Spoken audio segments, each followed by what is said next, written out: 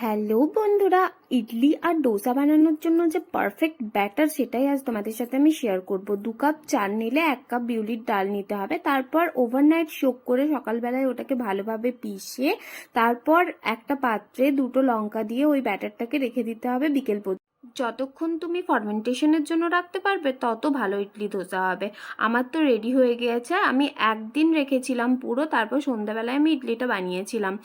এই দেখো গোল গোল একদম পারফেক্ট দোকানের মতো ইডলি রেডি। দুটো প্রসেসেই করতে পারো, তেল মাখিয়ে এভাবে কন্টেনারে দিতে পারো বা একটা সুতির কাপড়ের উপরেও দিতে পারো, খুব তাড়াতাড়ি উঠে আসবে। তো তোমরাও এবার বাড়িতে বানাও আর আমাকে কমেন্টে জানাও কেমন হয়েছে। এই যে আমার প্ল্যাটার, রাত্রেবেলায় বরমশাই তো দেখে ভীষণ খুশি। যাই হোক, আমার ভিডিওসগুলো যদি ভালো লাগে তাহলে একটা লাইক আর সাবস্ক্রাইব প্লিজ করে দিও, আর আমার ফেসবুক পেজটাকেও ফলো করে দিও। কমেন্টে কিন্তু জানাতে ভুলো না যে তোমরা এই রেসিপিটা ট্রাই করে কেমন ইডলি বানিয়েছিলে। আজকের মতো টাটা।